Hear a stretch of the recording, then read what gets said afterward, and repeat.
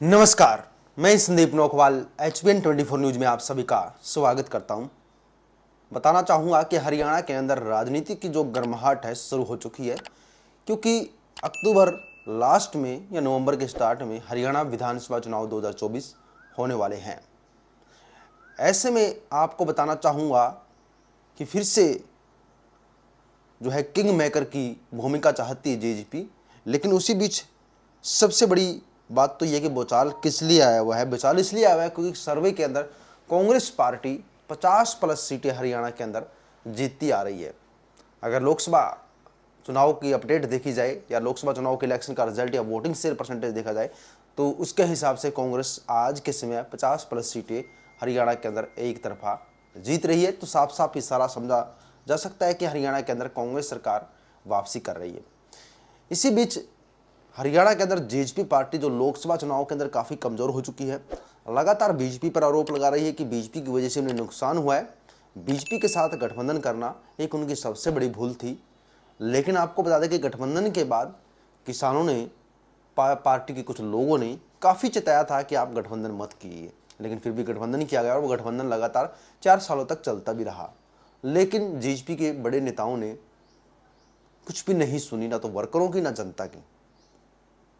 इसी बीच एक बार फिर से 2024 चुनाव से पहले बड़े दावे किए जा रहे हैं।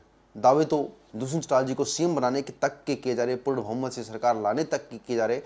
चलिए, हर पार्टी दावा करती है क्योंकि अपने ही बेटे को चोर कोई ही नहीं बताता है। लेकिन जेजेपी के हालात तो आप देख ही सकते हैं। राज्य के अंदर जो हालात है उस चीज़ को देखते हुए ऐसा लगता है कि जेजेपी इस बार जो पिछला मार्जिन था 10 सीटों का, उससे वो मार्जिन गिरकर 3 या 4 सीटों तक जेजेपी का मार्जिन विधानसभा चुनाव में रहने वाला है। लोग तो ये तक दावा करते हैं कि दुष्यंत चौटाला जी खुद जहां से चुनाव लड़ेंगे वहीं से हार जाएंगे, लेकिन ऐसा शायद पॉसिबल नहीं होगा। लेकिन जो है 3 या 4 सीटों पर जेजेपी पार्टी सिमट सकती है अगर लोकसभा चुनाव के माहौल के अकॉर्डिंग देखा जाए तो। अब देखते हैं कि माहौल पलटता है, ये तो हम महीने बाद ही बता पाएंगे। लेकिन उससे पहले कह सकते हैं कि फिर से दावा किया जा रहा है जेजेपी के समर्थकों के द्वारा दुष्यंत चौटाला जी को सीएम बनाने का या किंग मेकर की भूमिका में वापस लौटने का। ऐसे में अभी कांग्रेस पार्टी के मजबूत स्थिति को देखते हुए कांग्रेस पार्टी के अंदर भी गुटबाजी शुरू हो चुकी है। हर सीट पर हर कोई कांग्रेस पार्टी से टिकट चाहता है और चुनाव लड़ना चाहता है। ऐसे में कांग्रेस पार्टी के अंदर गुटबाजी चलती रही तो कांग्रेस पार्टी का मार्जिन 50 सीटों से बढ़ने की बजाय मार्जिन डाउन आ सकता है। वहीं पर नवनिर्वाचित सांसद शैलजा के समर्थक चाहते हैं कि कुमारी शैलजा को सीएम बनाया जाए, या शैलजा समर्थक या शैलजा जिसे चाहती है उसको सीएम बनाया जाए। अगर शैलजा जिसे चाहती है उसकी आवाज़ उठी जाए तो असर के गुट में से रणदीप सिंह सुरजेवाला जो पहले से ही केंद्रीय राजनीति में बिजी हैं, तो उनके अंदर शामिल चंद्रमोहन बिश्नोई की तरफ भी इशारा हो सकता है। आप क्या चाहते हैं? कांग्रेस के अंदर चल रही गुटबाजी कैसे खत्म हो सकती है? क्या कांग्रेस के लिए पूर्व मुख्यमंत्री भूपेंद्र सिंह हुड्डा या जो परिवारवाद है, जो एक ही परिवार की पार्टी का जो थप्पा कांग्रेस पर लगा है, उसको लेकर आप क्या कहना चाहेंगे?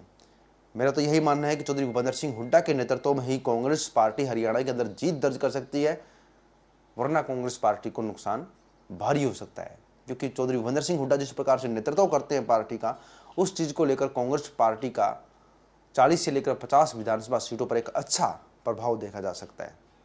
वहीं पर कांग्रेस के इसी प्रभाव को देखते हुए बीजेपी तक बौखलाई हुई है। वहीं पर आईएनएलडी पार्टी बीएसपी के साथ गठबंधन कर सकी है और इसी मजबूती के साथ आईएनएलडी पार्टी भी 4 से 5 सीटें हरियाणा के अंदर फिलहाल की सिचुएशन में निकाल सकती है। वहीं पर 50 सीटें अगर कांग्रेस पार्टी के खाते में जा रही, 10 सीटें अगर आईएनएलडी या जेजेपी के खाते में जा रही है, तो बची हुई 40 सीटें जिसमें से 5 से 10 सीटें निर्दलीय निकाल सकते हैं। बीजेपी का आंकड़ा 30 सीटों तक रह सकता है। फिलहाल की मौजूदा सिचुएशन तो यही कहती है। आपका क्या सोचना है? कमेंट कीजिएगा, बने रहिएगा HBN24 न्यूज़ के साथ, लाइक एंड शेयर कीजिएगा। जय हिंद साथियों।